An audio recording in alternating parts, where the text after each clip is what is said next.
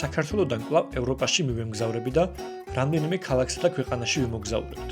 პირველი გაჩერება დოლომიტების სავიჯდო ბარათად წოდებული სეცედას მთაა. გამორჩეულად შთამბეჭდავი მთები, ულამაზესი დასახლებები და საოცარი პანორამები. ეს ისაა, რისი მოლოდინიც მაქვს იქ ასვლისას. გზაზეც მშვენიერი პანორამებია, ლამაზ დასახლებებს გავდივართ და მთებზე აქა-იქ ციხესიმაგრეები მოჩანს.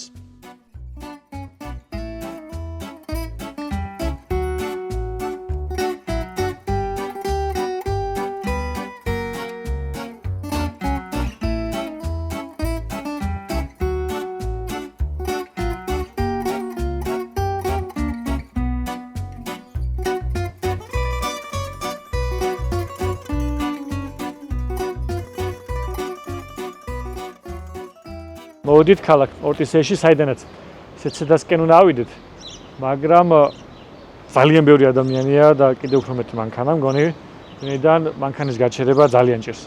უშუალოდ საბაგირო საიდანაც უნდა ავიდეთ, არ იყო ადგილი, არც სხვა ადგილებში და ძლივს ვიპოვეთ შედარებით დაბლა ტერიტორიაზე, გავაჩერეთ მანქანა და ახლა დავიძრებით უკვე საბაგიროს მიმართულებით, რომ როგორ მივავახციოთ ზევით.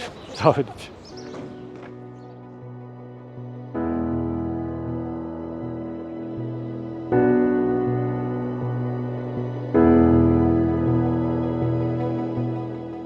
ორტისეი ჩრდილოეთ იტალიაში, სამხრეთ ტიროლში მდებარეობს. ძირითადი დასახლების არეალი ზღვის დონიდან 1170-1350 მეტრებს შორის მერყეობს. ამ დასახლებას შესაძლოა მეორე სახელითაც გაეცნოთ, ორტიჯაი, რომელიც მისი ლადინური დასახელებაა. ლადინური თავის მხრივ რომანული ენაა, რომელზეც ჩრდილოეთ იტალიაში საუბრობენ. წერილობით წყაროებში დადასტურებულია, რომ ჯერ კიდევ მე-13 საუკუნეში აქ არსებობდა ფერმა, სახელწოდებით ორტისეიტი, რაც შეიძლება ითარგმნოს როგორც ჭინჭრის ადგილი.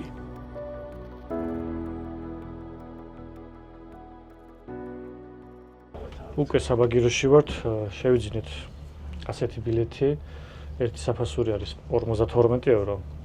საკმაოდ ასეთი ფასია, ძვირი, მაგრამ სარგებლოთ ორი საბაგიროთი, აქედან ახლა ჩავალთ ერთ სადგურზე და უკვე იქიდან კიდევ მეორე სადგურზე და თუ გავთვალისწინებთ იმას, რომ კვლავ უკან დაბრუნების მგზავრობა შედის ამ ბილეთის ფასში, უკვე ისეთი ძვირი შეიძლება აღარ მოგვეჩვენოს. ხედები უკვე ძალიან კარგია, ერთადერთი ამინდი არის არც ისე სახარბიელად მოღრუბლულია, მაგრამ იმედი მაქვს დაგვესწის და იმ ხედებს მოვინახულებთ, რის გამოც ავდივარ და იმედი მაქვს გაგიზიარებთ ამ ყველაფერს.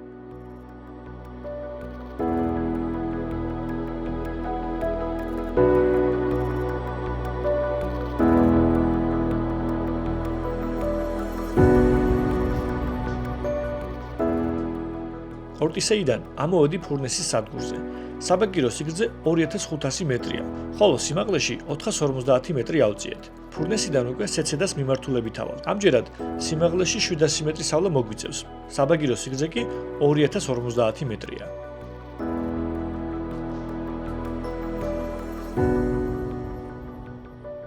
უკვე საკმაოდ ცივინიავი შემოვიდა. პატარა ფანჯრებიდან, ამიტომ საწვიმარი მოვიცი ჯერჯერობით. უფრო ეციება ჩანთაში მაქვს კიდევ ბევრი რაღაცა ვნახოთ.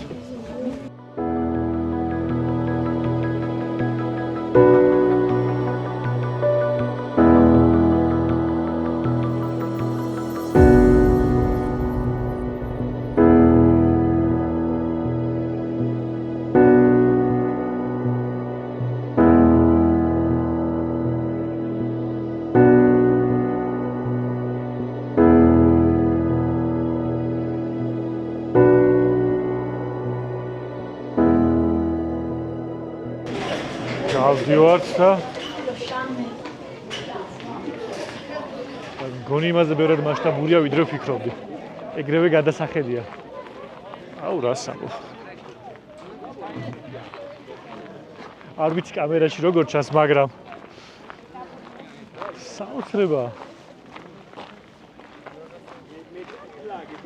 ვაუ. მერტო ჩემ.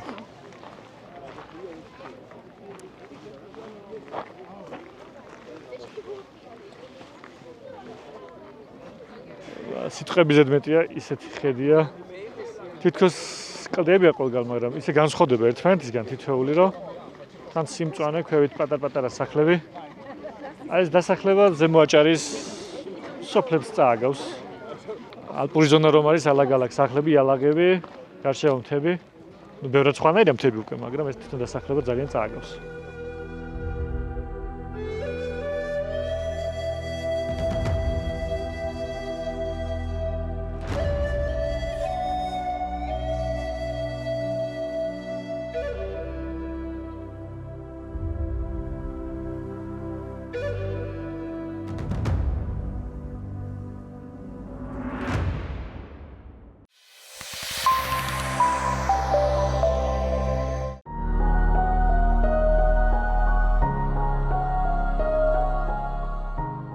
სეცედა პოეს-ოდლის ბუნებრივი პარკის ნაწილია, რომელიც თავისი ბუნებრივი სილამაზითა და გეოლოგიური მნიშვნელობით 2008 წლიდან იუნესკოს მსოფლიო მემკვიდრეობის ძეგლთა სიაშია შეტანილი. 1960 წელს დაიწყო საბაგიროების მშენებლობა და ტურისტული ინფრასტრუქტურების მოწყობა. ვიზიტორებისთვის აქ ამოსვლა რომ გაემარტივებინათ და ეს პროცესი მომდენო 45 წლის განმავლობაში მიმდინარეობდა.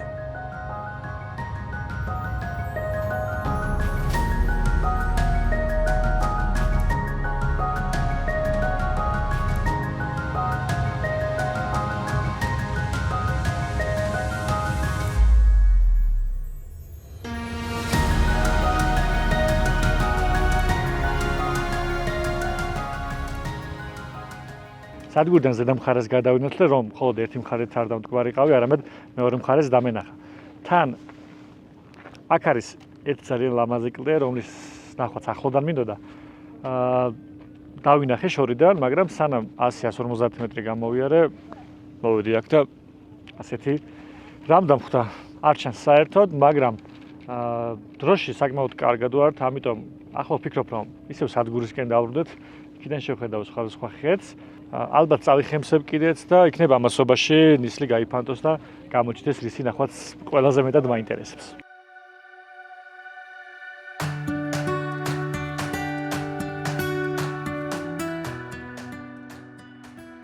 ნახევარსაათიანი ლოდინის შემდეგ ამინდი არ გაუმჯობესებულა.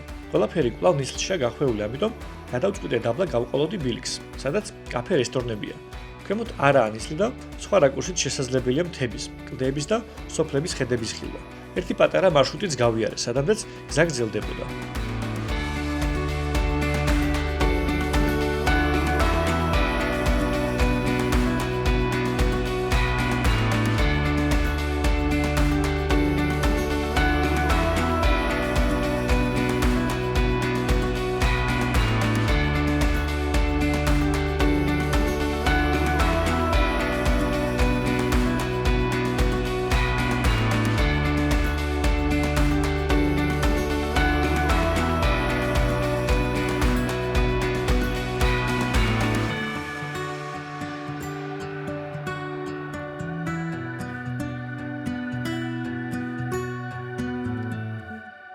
დოლომიტებში მოგზაურობისას კი ვიცოდი, რომ არაჩვეულებრივი ხედები გარანტირებულიყო, მაგრამ საკუთარი თვალთან ნახი მაინც სულ სხვა არის. ამ ტერიტორიაზე არაერთი ბილიკია, რომელიც იწყება ნახევარსაათის სავალიდან და გრძელდება რამდენიმე დღემდეც კი. თუმცა რამდენიმე გადაკეტილია, მაგრამ გარკვეული ადგილების გავლა მაინც შევძელე და ვფიქრობ, საინტერესო რაღაცებიც ვნახე.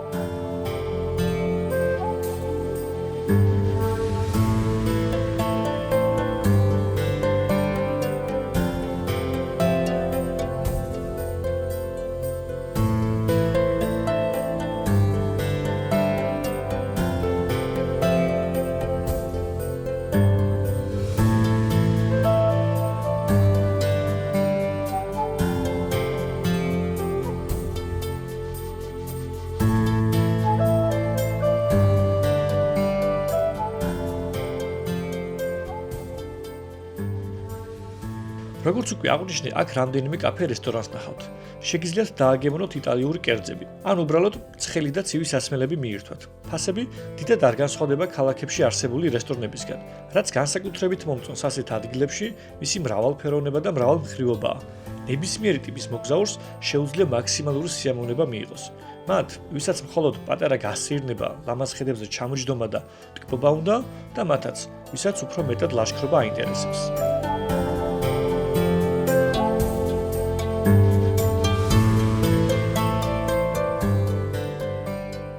ცოტა ხნის დასვენებისა და განტვირთვის შემდეგ კვლავ საბაგირო სადგურისკენ გავემართე, რომ უკან დავბრუნდე მანქანასთან.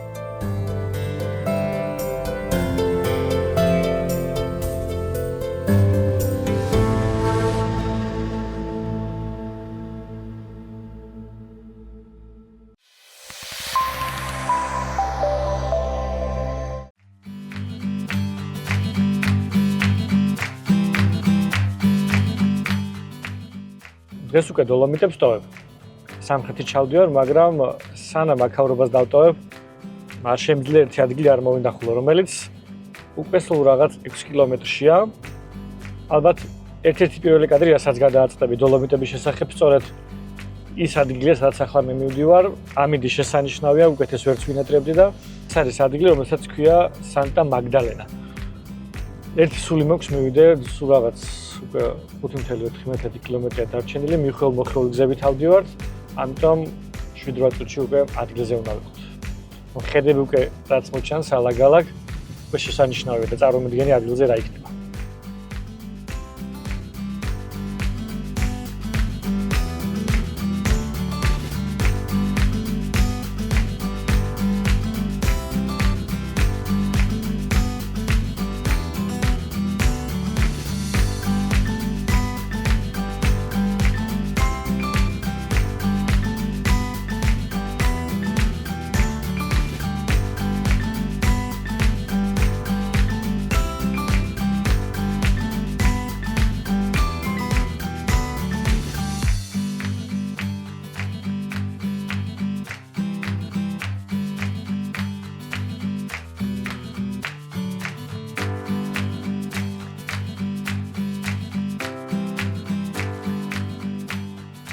მაინც მოვახცე ამ გასაოცარ ადგილას. ცოტა რთული მოსაგნებია იქიდან გამომდინარე, რომ როდესაც Google-ის რუკაში წერთ წმინდა მაგდალენას ეკლესიას, ანუ ამ ეკლესიას, კი გიშვებთ ესე, მაგრამ საბოლოო ჯამში ჩიხში შედიხართ, მისასვლელი არ არის, ან მხოლოდ ადგილობრივების მისასვლელი, ამიტომ მაქსიმალურად ახლოს ვეცადი გამეჩერებინა და იმ ადგილიდან დაახლოებით 10-15 წუთში ამოვედი. რაც რა თქმა უნდა რთული არ არის. დავსტავე კარგ ამინდში მოუსწარი. ძალიან პატარა, მაგრამ საყვარელი ეკლესია ჩანს, ამიტომ ახლა შევიდეთ და ერთად დავათვალიეროთ.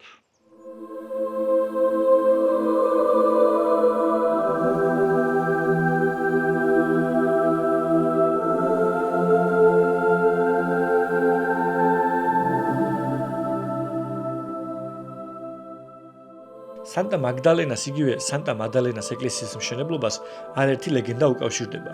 ერთ-ერთი ლეგენდის თანახმად, ძლიერი ქარიშხლის შემდეგ ამ ადგილას სასწაულებრივად გამოჩნდა წმინდა მაგდალინელის ქანდაკება, რომელიც უკვე სხვა დიდი ქარიშხლის შემდეგ ფოპალის ნაკადულის წყლებმა წაიღო. სწორედ ამ სასწაულის გამო აშენდა აქ ეკლესია. ვარაუდობენ, რომ მშენებლობისთვის გამოყენებული ადგილი პრეისტორიულ ხანაში უკვე გამოიყენებოდა წარმართული რიტუალებისთვის. ეკლესიის არსებობის შესახებ პირველი ცნობები 1394 წლით თარიღდება. ეკლესიას რამდენჯერმე ჩაუტარდა რესტავრაცია. მთლიანად 1492 წელს აღადგინეს. ძველი ნაგებობიდან მხოლოდ სამრეკლო შენარჩუნდა. 18 საუკუნეში ის ბაროკოს სტილში აღადგინეს.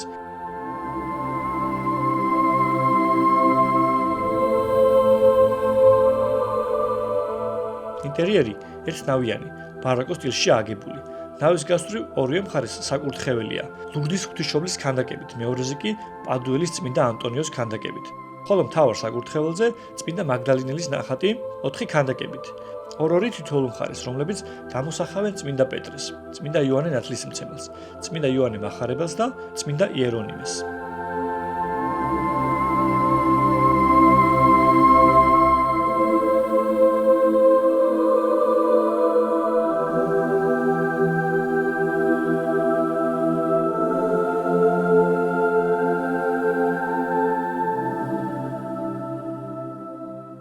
ახლა სამხრეთის მიმართულებით დავიძარე, სადაც რამდენიმე დღეს გავატარებ და გარშემო არსებულ ღირსშესანიშნაობებს ვნახავ.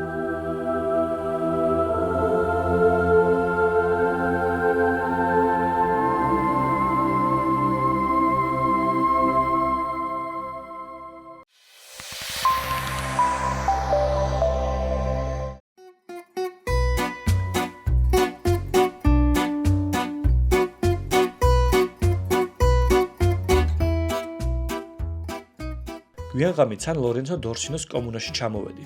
ღამე ერთ-ერთ სასტუმროში გავატარე და დღეს ვეცდები რამდენიმე ადგილი მოვინახულო. ამიტომ დავიძარი პირველი დანიშნულების ადგილისკენ.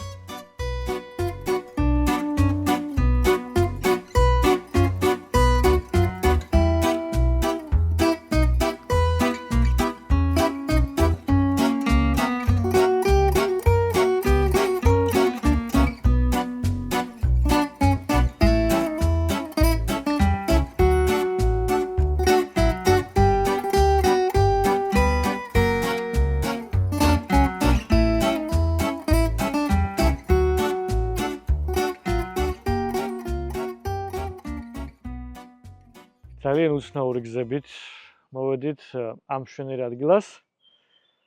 ნამდვილად ვერ ვიფიქრებდი, როდესაც რუკაზე ამ ადგილს ნიშნავდი, რომ ასეთი საინტერესო გზის გამლა მომიწევდა.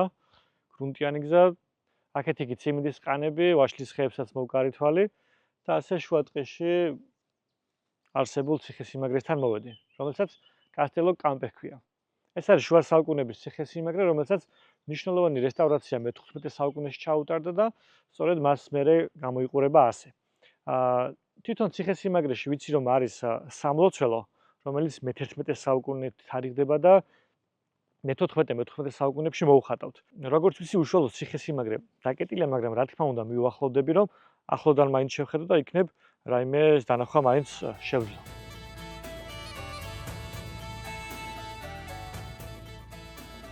კასტელ კამპო დღეს კერძო საკუთრებაშია. რასინების ოჯახი მას მრავალი კულტურული, სოციალური და სასოფლო-სამეურნეო ღონისძიებისთვის იყენებს. იმართება თეატრალური წარმოდგენები და მუსიკალური კონცერტები. რაც განსაკუთრებით აღსანიშნავი და მისასალმებელია, კასტელ კამპო ორგანიზებას უწევს ზაფხულის ბანაკებს მძიმე დაავადების მქონე ბავშვებისთვის, ახალგაზრდებისთვის და მათი ოჯახებისთვის. უშუალოდ შიდა ტერიტორიაზე ვერ შევედი, თუმცა გარკვეული ნაწილის დათვალიერება მოვახერხე. ამ სასახლიდან ერთი მუზეუმისკენ ვაპირებ წასვლას.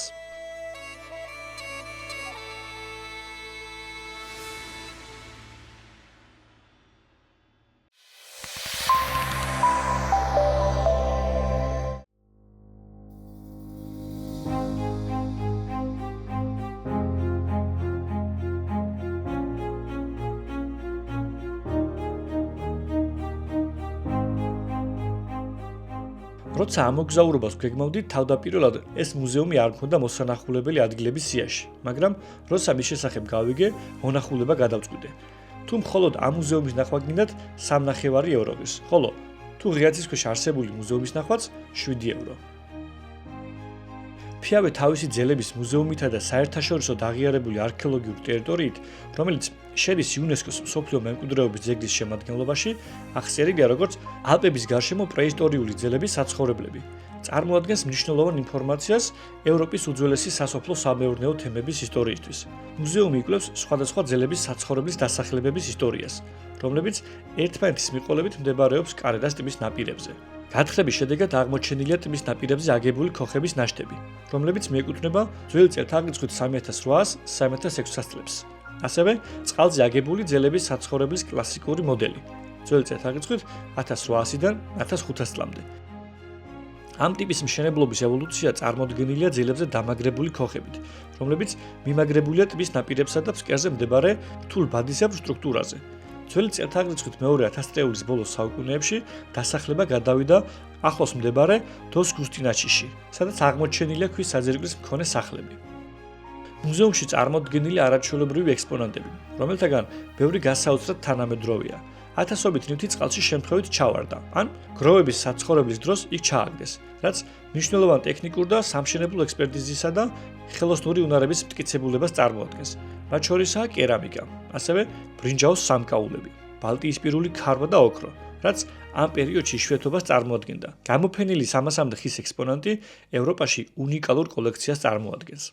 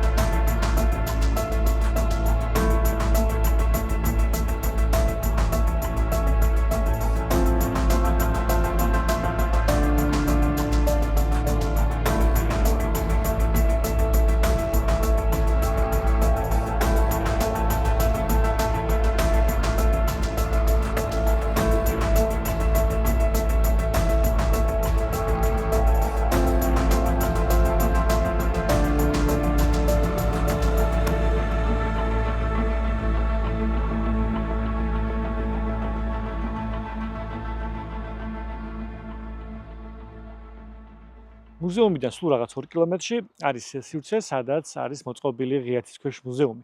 წარსულში აქ დიდი ტბა ყოფილა, რომლის გარშემოც არსებობდა დასახლებები და დღეს შემორჩენილია მხოლოდ პატარა ნაწილი წყლის, სადაც საჩვენებლად განთავსებულია ეს სახლები, რომლებიც ხის ძელებზეა. თვითონ სახლების კონსტრუქცია დამოკიდებული იყო თუ კონკრეტულად ტბის რა ნაწილში იყო, ვინაიდან ტბის სიღრმე განსაზღვრავდა სწორედ მათ კონსტრუქციას. ზოგი იყო საკმაოდ მაღალ ძელებზე შემდგარი, ზოგი ტალახის ლავზე და ასე შემდეგ. ქანის გაჩერების ადგილიდან ხის ბილიკით მოვედით ამ ტერიტორიაზე, სადაც გარდა ამ სახლებისა, გზადაგზა ხვდებით სხვადასხვა გამოფენას თუ როგორ ანთებდნენ ცეცხლს, როგორ ქმნიდნენ სხვადასხვა იარაღს, ეს იქნებოდა საბრძოლო თუ სამეურნეო. მანეკენების სახით ვხედავთ ცხოველებს, იმის მიუხედავად რომ გზის ნაპირას მდებარეობს, აქ გადაადგილებას მაინც წარმომიდგენია თუ როგორ ცხოვრობდნენ ათეულობით ათასი წლის წინ ამ ტერიტორიაზე. და ძალიან გასაკვირია, ვინაიდან არც ვიცოდი და არც მეგონა თუ იტალიაში ასეთი დასახლებები შეიძლება ყოფილიყო და ძალიან მიხარია რომ ეს ადგილი აღმოვაჩინეთ.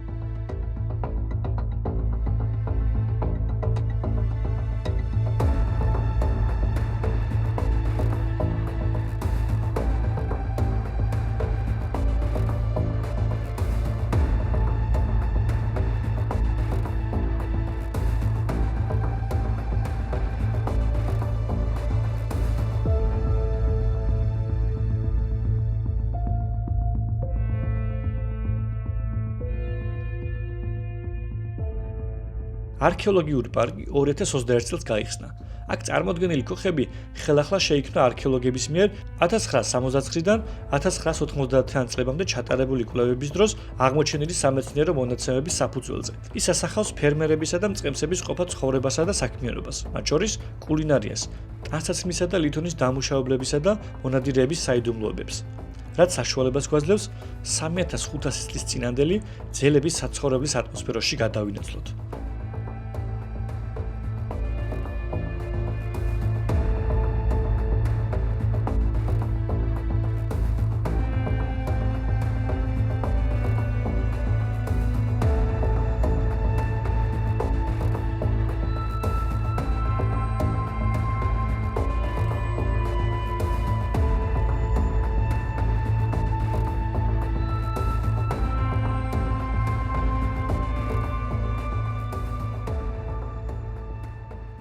ძალიან ბედნიერი და კმაყოფილი ვტოვებ სან-ლორენცო დორსინს და მივემართები სამხრეთით მილანისკენ.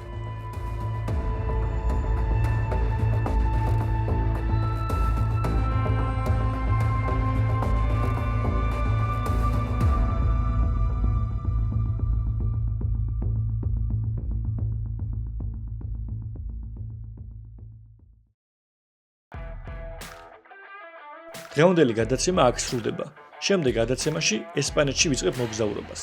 არ გამოტოვოთ.